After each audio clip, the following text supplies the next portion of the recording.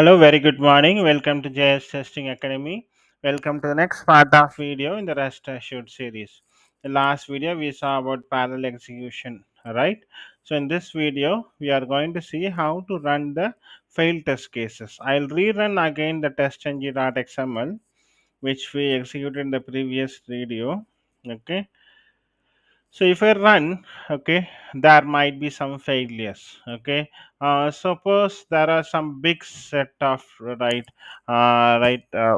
big set of a large like 150 test cases or like 200 test cases we are running at a time. Okay, there might be some failures. Okay, if there is a case I want to rerun my failures alone. This is one of a very common interview question which is asked in lot of interviews, right? So I want to run my failures alone. Okay, what to do is, right, let you should refresh your project after executing.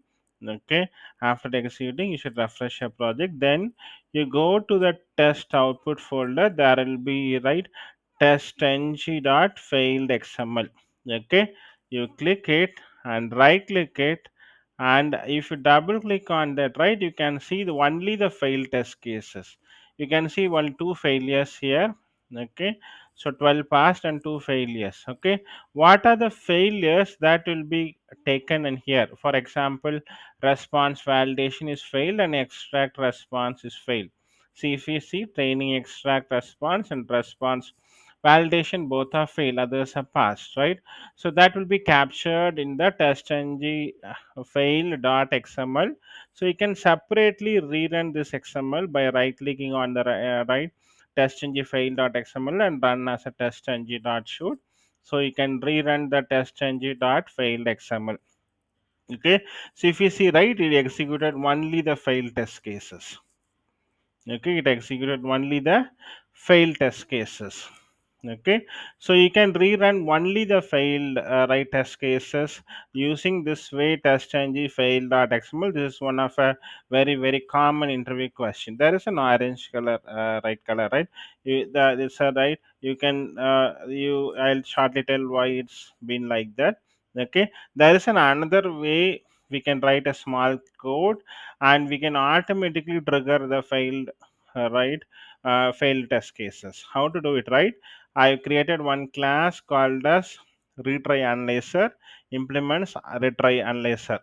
Okay, so I just created one method, retry it result, retry count less than maximum retry count, and retry plus plus return true. I just created a small class here. Okay, and whatever test cases, right, I can call use it in all our at test method. Okay, for example, I'll paste this retry analyzer equal to retry analyzer dot class. Okay, if I give it, when I run it, automatically failed test case will rerun again. Okay, I should include in all the attest so that right, whichever is getting failed, it automatically reruns. Okay, I'll show you the code again, right? Retry analyzer implements I retry analyzer.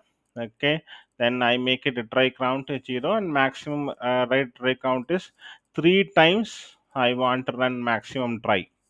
Okay, 3 times it's trying, then even fail, it shows fail. Okay, so when there is a failure, it tries for 3 times. Okay, retry ground, so I'm just making a loop. So it's 0 and it iterates for 3 times and it fails. Okay, you can see, right, 3 times it has been executed.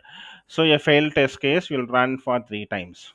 Okay, so I'll created a class, and wherever right at test I'm using, I'll just use this right retry analyzer equal to retry analyzer dot class. So when it there is a failure, it automatically runs for 3 times. Okay, so this is how right we can use it and run it. So normally when we run it, test engine dot fail xml, so whichever is passed, it will run once. Fail test case will run for 3 times when there is a retry analyzer used in it. Okay, so this is how, right, if you see now, right, response validation is only one time. I didn't add the retry analyzer there. If I add 1 minute, right, let me add it, then if I run again, the response validation will run 3 times.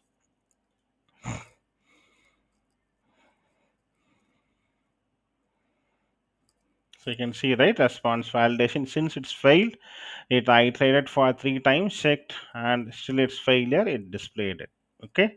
So if you want to re-end the failure, there are two ways. We can directly run the testng.failed.xml, or we can add a class, right, try analyzer, a small code, and call that in your attest, so that it automatically triggers a failure and iterates and runs and confirms it's whether it's a failure or not.